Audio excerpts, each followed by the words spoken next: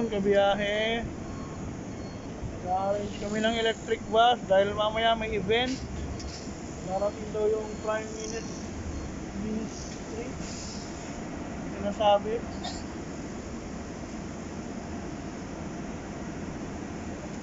Kaya lahat, naglilinis sila, preparing. Ayun.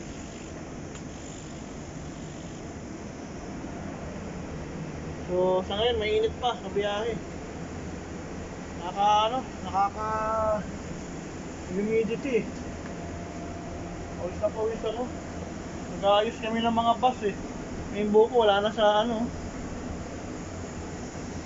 Darating daw mamaya yung pinaka punong guro. Pinaka Prime Ministry, yung ministry raw. Ayan, meron o, nakita nyo yan. May blue carpet. Environmental benefits. Baba. Bubulol ako. Yan.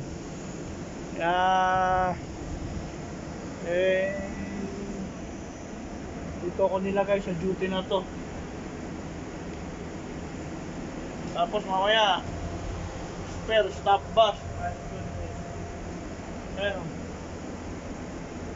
Mahaba ito eh. Parang maabot na rin siya ng pero 12 meters pa rin. Pero parang parang 13 meters.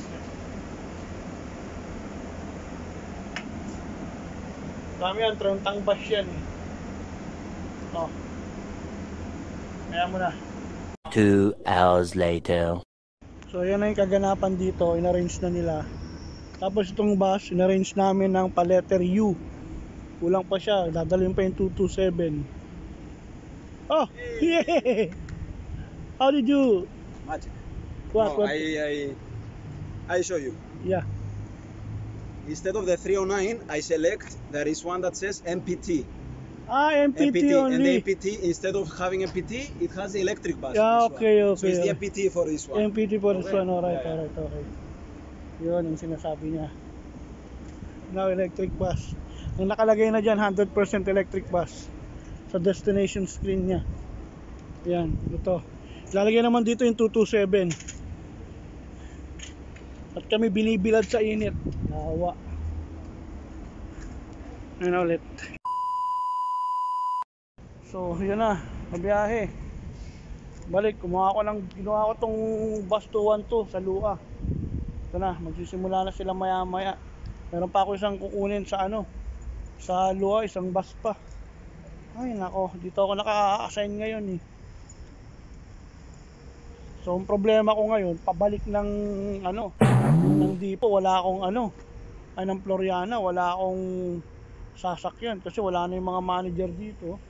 Galing ako ng Lua eh, tapos nag-break din ako, nagutom ako. Ito kabiyahe, cute to.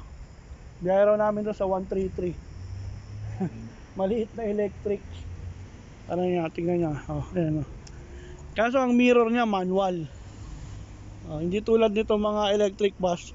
Ang side mirror niya yung video na. Ito manual. Pero sa palagay ko hindi kakasya to sa biyahe naming 133. Kasi malapad to eh. Hindi ko lang sure. Kasi yung ginagamit namin dun yung Mercedes, yung pang-ambulansya. Pero to alam ko hindi kakasya to. Maganda rin siya, no? Cute.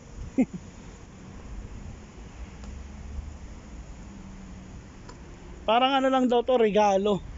Regalo ng ilong sa mga nakuha. Bus 295. Galing din. Kilong. So, paano ka ba? Shoutout pala kay Mark Tattoo. Si Mark na nagtatato rito. Shoutout daw, sabi niya pag nag-vlog daw ako, shoutout. Kaya shoutout mo ko, shoutout Mark. From Floriana 1. Okay. Ciao.